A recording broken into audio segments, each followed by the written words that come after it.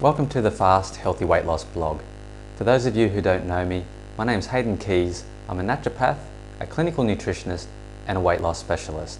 For those of you who do know me, welcome back to the blog. In my last post I spoke about what I call the insulin trap and how insulin can really put the brakes on your ability to lose weight. Today I'm going to speak about how you can overcome the effects of insulin and really get your weight loss moving. Now, as I alluded to in the previous post, when you want to cut down your insulin levels and get yourself out of the insulin trap, what you need to do is reduce your carbohydrate intake.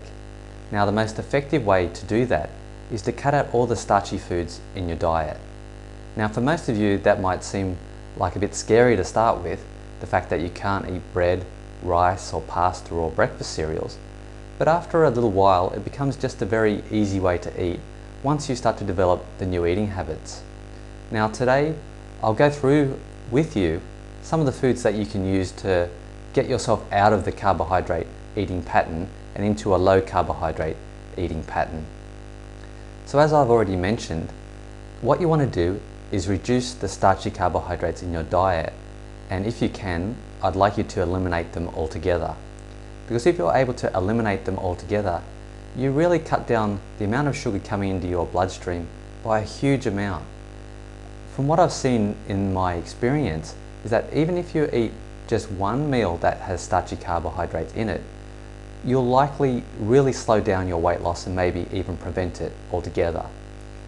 If you want to just maintain your weight, if you've already lost weight, then eating one meal with a starchy carbohydrate in it will probably be fine for you. But if you really want to lose weight, you need to eliminate them altogether.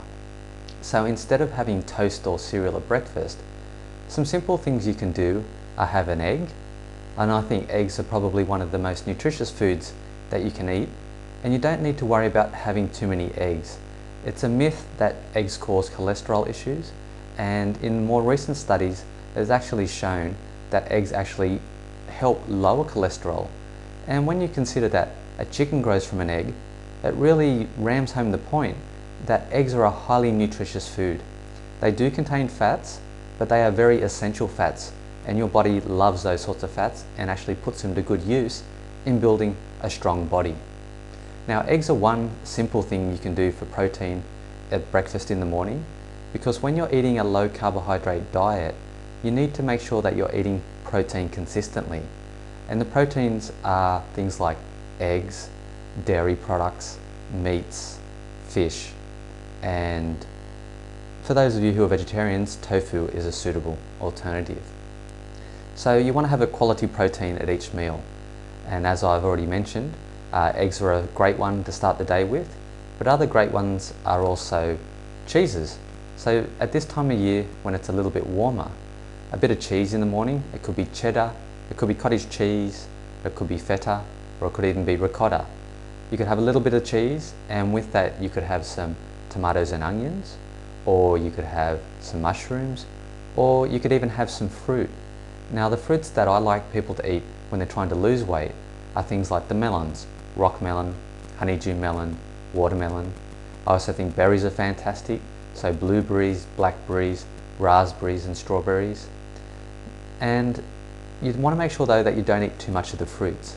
Now, it is important that you have some, but you really only want to have about a handful, and that's an easy way to measure it. Now, in terms of protein, at breakfast you want to have something like 2 eggs or about 30 to 60 grams of cheese.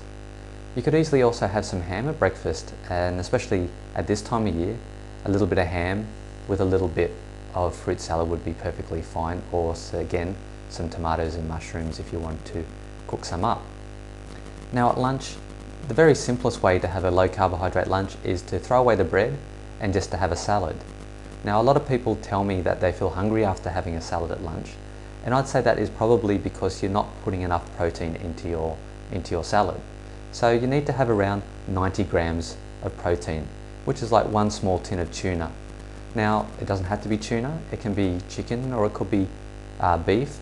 Cold meats from the deli are perfectly fine, so roast beef, roast lamb, roast chicken, barbecued chicken, all these sorts of things are great. Ham is perfectly okay. And then also you've got your tuna and salmon.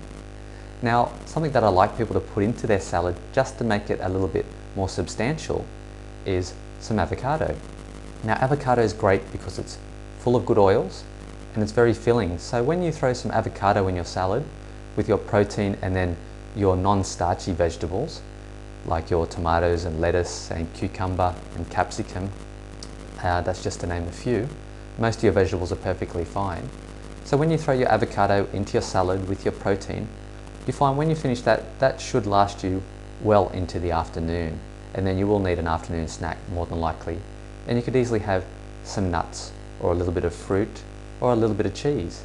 So we're looking here at low carbohydrate snacks. So we don't want to have rice crackers or rice cakes or corn cakes or any of these sorts of things. A bit of cheese is fine, a bit of yogurt's fine, a little bit of fruit and a few nuts. They're all great things to have between meals. Now when it comes to dinner time, it is quite simple, and it will only mean you have to prepare one meal. You won't need to prepare one meal for yourself and another for the rest of the family. All you need to do is when you're cooking your meals, you just don't serve yourself the rice, the pasta or the potatoes. So if you're doing the traditional Aussie dinner, meat and some vegetables, you just serve up your piece of meat. It could be steak, it could be chops, it could be chicken, fish, whichever you like, and cooked however you like. It doesn't have to be bland and boring, it doesn't have to be steamed. You can cook it however you want, and you just serve yourself up some low carbohydrate vegetables, which are things like beans, broccoli, cauliflower, carrots are perfectly okay, bok choy, spinach, a little bit of pumpkin is even okay. Not too much, probably just a small cube. So you just don't serve yourself the potatoes. Now if you're making something like a stir fry or a bolognese, you can easily do that without having the starchy carbohydrates. If you make up some bolognese, and I'd like you to make it with your own sauce, not a pre-made sauce, because they tend to be full of sugar. So when you make up your bolognese sauce, you just serve yourself out a good serving of that mince, maybe 1 or 2 ladles full, and you just have it with some steamed veggies. So again, you could have broccoli or cauliflower, beans, carrots, any of these sorts of vegetables, just no potato, no rice, no pasta. If the rest of the family wants to have pasta with their bolognese sauce, that's fine. You can go ahead and serve it to them, but you just don't have any yourself. Now this can easily be translated as well to having a stir fry. You just don't serve yourself the rice. Just serve yourself enough of the actual stir fry. And when you're having a lot of these low carbohydrate vegetables, they're mostly water and fiber. So you will be able to serve yourself a reasonable amount and not be hungry. But again, make sure there's enough protein in it. And at dinner time, you should serve yourself probably 100 to 120 grams of protein. So that's just a small serve of protein. It may not look like much, but it will be enough to maintain your protein stores so that you don't lose any muscle mass as you lose weight and you just lose body fat. So just recapping, it's very easy to eat a low carb, low carbohydrate diet.